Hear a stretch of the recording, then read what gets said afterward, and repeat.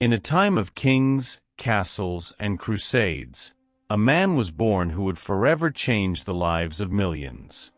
He wasn't a warrior, he didn't wield a sword, but with his words, he conquered multitudes. He spoke, and even the fish listened. He helped the poor, taught the wise, and to this day, people say he helps those waiting for love to find their match. This is the story of Saint Anthony of Padua, or better yet, Saint Anthony of Lisbon. Get ready to discover surprising facts about this beloved saint. Here are 14 fascinating facts about him. 14. Saint Anthony wasn't born in Padua. Although the whole world knows him as Saint Anthony of Padua, he was actually born far from Italy. His real name was Fernando de Bulhos, and he was born in Lisbon, Portugal, on August 15, 1195, into a noble and deeply Christian family. From a very young age, he showed sharp intelligence and rare spirituality. While other children played in the streets, Fernando was often seen in church, silent and deep in prayer. Interestingly, he only received the title of Padua because that's where he spent his final years and where he died. So if we're being true to his roots, he is Saint Anthony of Lisbon. But the love the people of Padua had for him gave rise to the name that stuck forever. If you haven't subscribed to the channel yet, make sure to do so you don't miss any of these incredible facts. 13. A true genius of the faith. Before joining the Franciscan order, Fernando was an Augustinian canon regular, a kind of scholarly monk. He spent years in monasteries in Coimbra, dedicating himself to the study of the Bible, the Church Fathers, patristics, and theology. His memory was so incredible that he could recite entire passages of Scripture. More than a popular preacher, he was respected as an intellectual, someone with profound arguments, to whom even seasoned theologians listened closely. His wisdom was so extraordinary that he would later become one of the first theology professors in the Franciscan order, personally authorized by Saint Francis of Assisi himself. 12. He changed his name when he became a Franciscan. Fernando's life took a dramatic turn when he met, by chance, a group of Franciscan friars who were about to leave on a mission to North Africa. They were simple, poor men, but full of fervent faith. When these friars were martyred by the Moors and their bodies were returned, Fernando felt a deep calling. He wanted to live that radical faith, full of surrender. So he left the comfortable life of the Augustinians, joined the Franciscan order, and changed his name to Anthony, in honor of Saint Anthony the Great, Saint Anthony of the Desert, one of the first Christian monks. And so Saint Anthony was born. The scholar became a traveling preacher, trading golden books for dusty roads, and the silence of the cloister for the mission among the people. 11. He wanted to be a martyr, but God had other plans. After entering the Franciscan order, Anthony was consumed with a burning desire to become a martyr for the faith, like the friars who had inspired him. His dream was to go to North Africa, preach the gospel to the Moors, and if necessary, lay down his life for Christ. He even set sail for Morocco, but shortly after arriving, he became seriously ill. His poor health kept him from preaching and forced him to return home. However, on the way back, a storm blew the ship off course, and he ended up in Sicily, in southern Italy. In other words, his plan to die a martyr ended with him being mysteriously led to the very land where he would live out his ultimate mission. 10. A voice that silenced crowds, and even made fish listen. Saint Anthony was a true master of speech. He preached with passion, clarity, and a living faith that made people stop and listen wherever he spoke. But it wasn't always like that. In the beginning, he was shy and reserved, and almost no one knew of his preaching talent. Until one day, during a ceremony where the assigned preacher didn't show up, Anthony was asked to speak at the last minute. And in that moment, he amazed everyone. His sermon was so powerful and inspired that even his fellow friars were stunned. From then on, he was sent on major preaching missions, including to combat heresies. Crowds of 20,000 to 30,000 people came to hear him, without a microphone, of course. Entire cities fell silent before him, and it's said that even the fish came out of the water to listen when men refused to hear the truth. In one such story, in Rimini, Italy, the heretics ignored his teachings.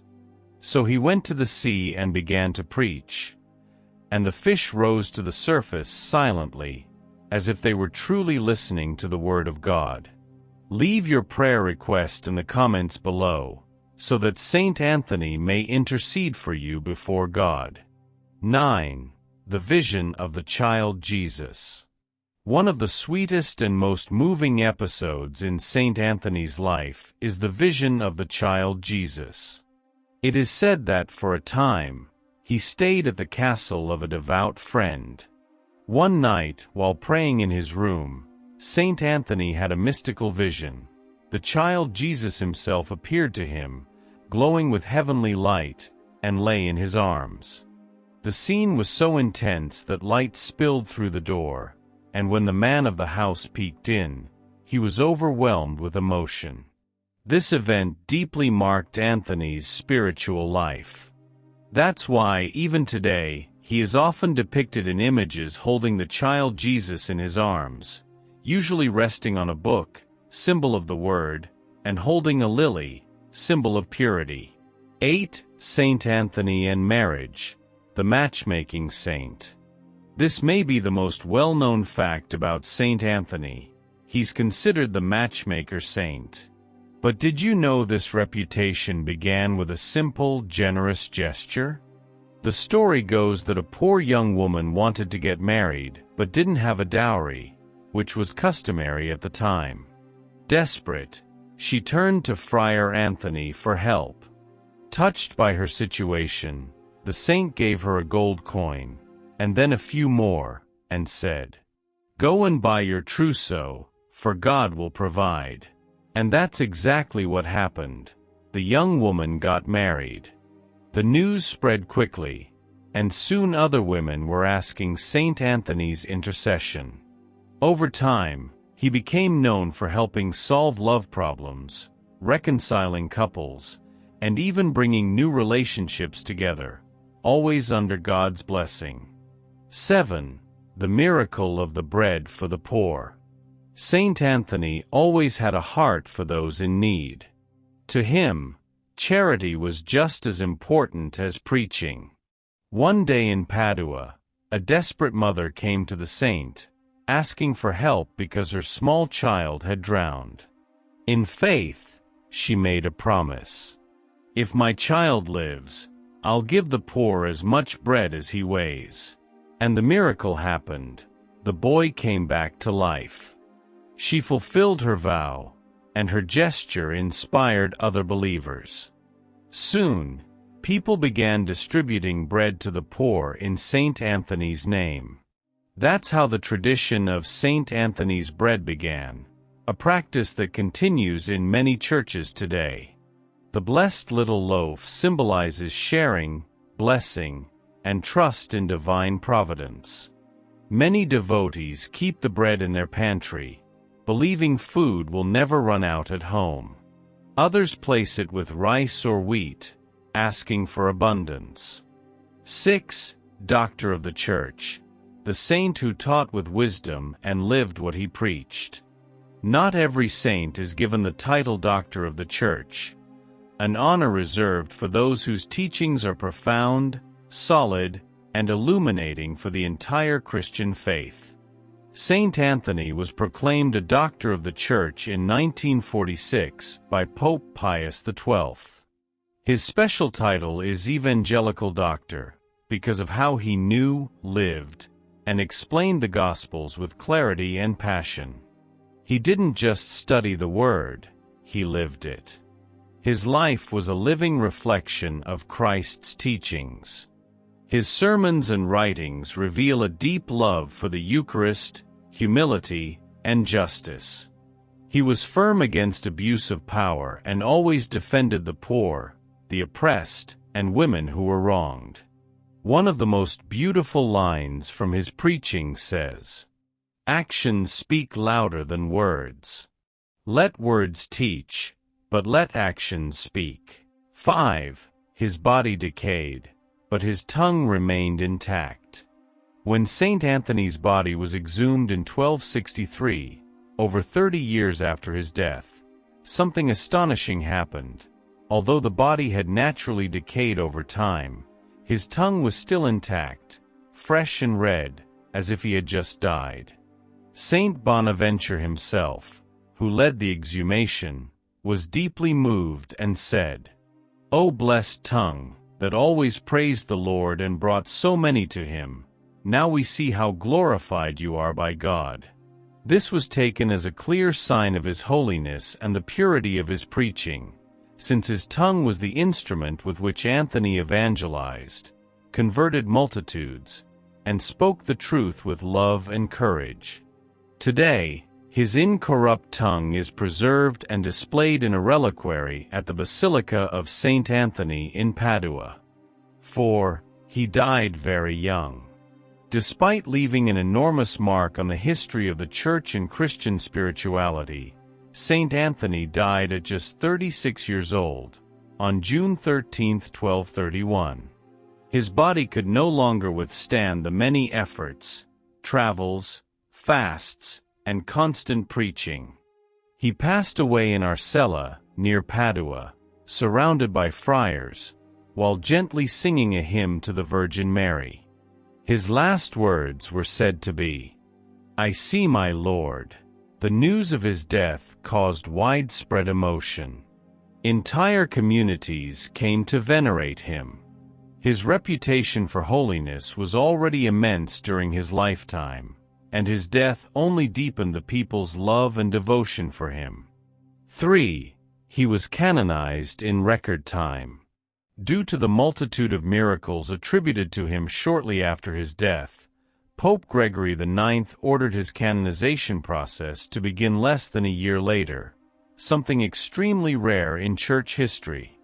He was officially canonized on May 30, 1232, just 11 months after his death, in a solemn ceremony in Spoleto, Italy.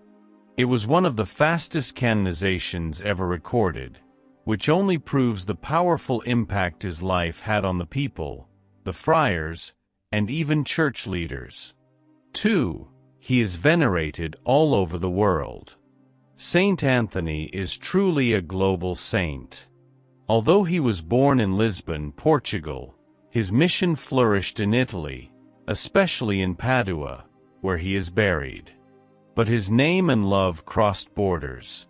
Today he is the patron or co-patron of entire cities, churches and countries, such as Lisbon, his birthplace, where he is dearly loved; Padua, where he died and is buried; Brazil, where he is a co-patron of the country; regions of France, Spain, Latin America, India, Angola, and among Italian communities around the world. His popular devotion is so strong that millions of people celebrate his feast day on June 13th with masses, processions, the distribution of bread, prayers, and folk traditions. 1. There are popular folk traditions tied to him.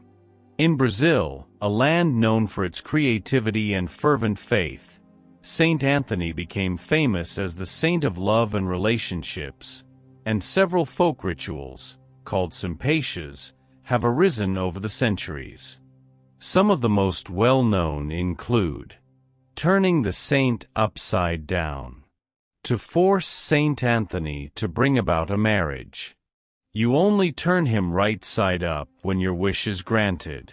removing baby Jesus from the statue, symbolizing, "Bring my son husband back, and I'll return yours." Writing the names of 3 suitors.